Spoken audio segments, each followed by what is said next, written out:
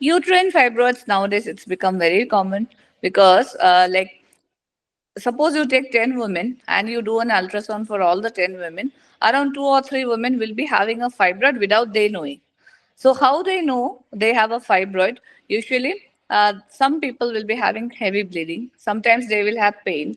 Sometimes inability to conceive. So all those things patients usually come with. And then what happens is, this fibroids. So depending upon where it is located, if it is inside the cavity, the bleeding will be very on and off bleeding will be there. It's very troublesome. So then they will report immediately. Sometimes if they have fibroids which are smaller in size, not causing any problem for the patient, then usually we will not do anything. We will just leave it and we will keep a watch every yearly ultrasound.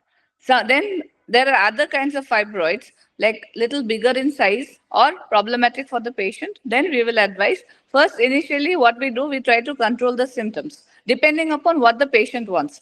Suppose the patient wants bleeding control. She's already family is completed. Then we'll go try the medicines first because medicines also has a good role. And or suppose the patient wants fertility or the fibroids are coming in the way of inside the cavity protruding, which might pose a risk in future pregnancy implantation. So then that is the time when we will advise the patient for surgery.